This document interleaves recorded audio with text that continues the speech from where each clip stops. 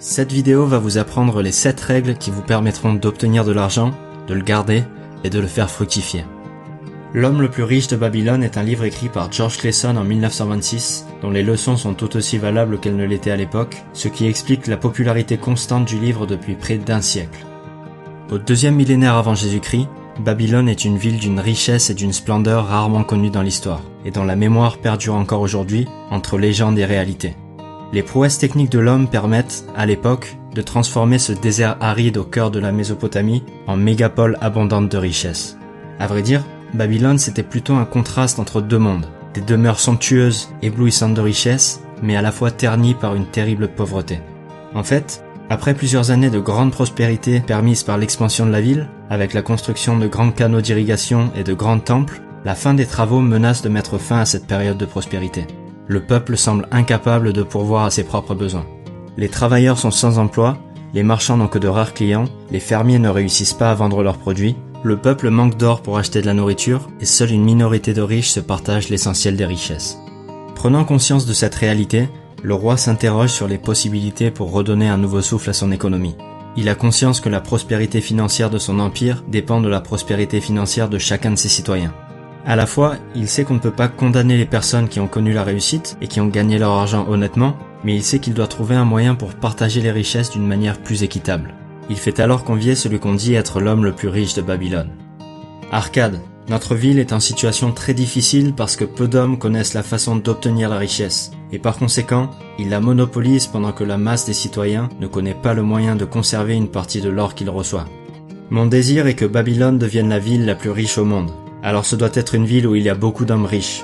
J'ai besoin que tu partages les secrets qui t'ont permis d'acquérir tant de richesses à partir de rien, pour que ceux à qui tu les auras enseignés puissent à leur tour enseigner ces secrets à tous les sujets valeureux de mon royaume. 2 semaines plus tard, Arcade était dans la grande salle du temple de la connaissance du roi, entouré par les 100 personnes élues pour l'occasion. En tant que fidèle sujet de notre grand roi, commença Arcade, je me présente devant vous à son service.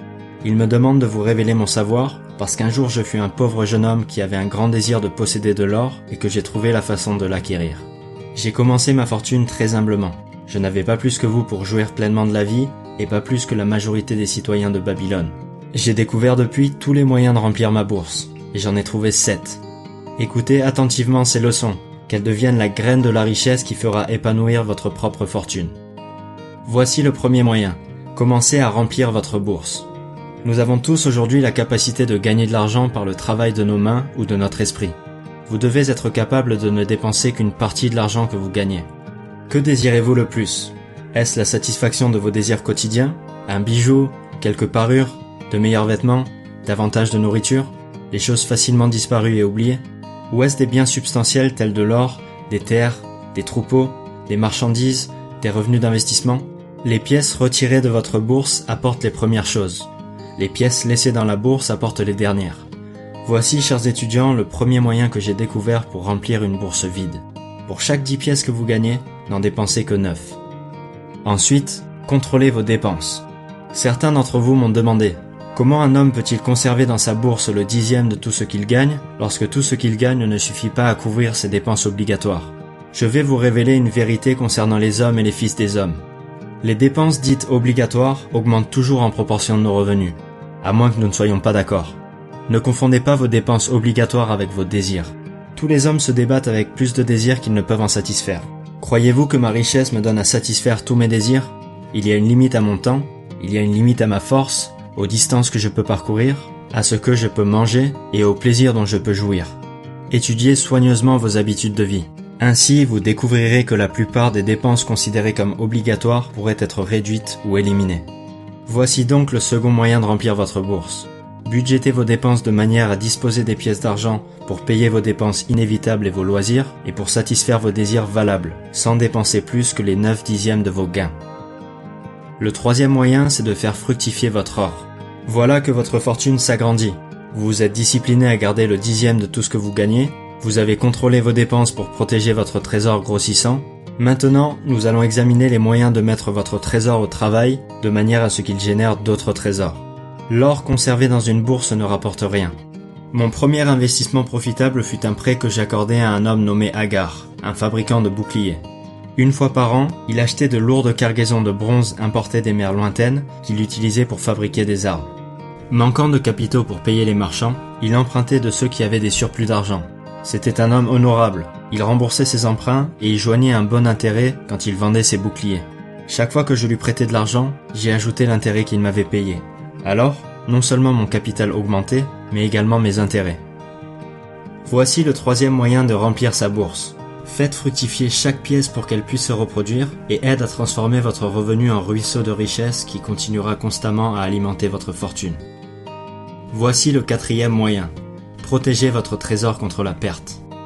Chaque propriétaire d'or est tenté par les occasions qui se présentent de réaliser de gros profits en investissant dans n'importe quel projet attirant. Le premier principe de l'investissement consiste à assurer la sécurité de votre capital. Est-ce sage de viser de plus gros gains aux dépens du capital qui risque d'être perdu ? Je dirais que non. Étudiez soigneusement la situation avant de vous séparer de votre trésor. Assurez-vous de pouvoir le récupérer en toute sécurité. Ne soyez pas induit en erreur par vos propres désirs romantiques de prospérer rapidement. Voici le quatrième moyen de remplir votre bourse, et il est de grande importance s'il empêche votre bourse de se vider une fois bien remplie. Protégez votre trésor contre la perte en investissant uniquement là où votre capital est en sécurité, où il peut être récupéré au moment désiré et où vous ne manquerez pas de recevoir un intérêt convenable. Ensuite, transformez votre propriété en un investissement rentable. La famille d'un homme ne peut pas apprécier pleinement la vie à moins qu'elle ait un terrain où les enfants puissent jouer dans la terre et où la femme puisse cultiver non seulement des fleurs, mais de bonnes herbes riches pour aromatiser les plats de sa famille. Un trop grand nombre des hommes de Babylone élèvent leur famille dans des quartiers malfamés et paient aux propriétaires des loyers très élevés pour un logement trop petit. Ainsi, je recommande que chaque homme possède un toit qui le protège, lui et les siens. Vous pouvez emprunter rapidement pour rétribuer le fabricant de briques et le menuisier, puis quand la maison est terminée, vous pouvez payer le prêteur avec la même régularité que si vous payez le propriétaire. Quelques années suffiront à rembourser ce prêt, parce que chaque paiement réduira la dette au prêteur. Ainsi, il réduira de beaucoup le coût de la vie, libérant une grande partie de ses gains pour des plaisirs et la satisfaction de ses désirs. Voici donc le cinquième moyen de remplir votre bourse. Possédez votre maison. Assurez-vous un revenu pour l'avenir. Il appartient à l'homme de prévoir un revenu convenable pour les jours à venir où il ne sera plus jeune. Un homme peut par exemple acheter des maisons et des terres.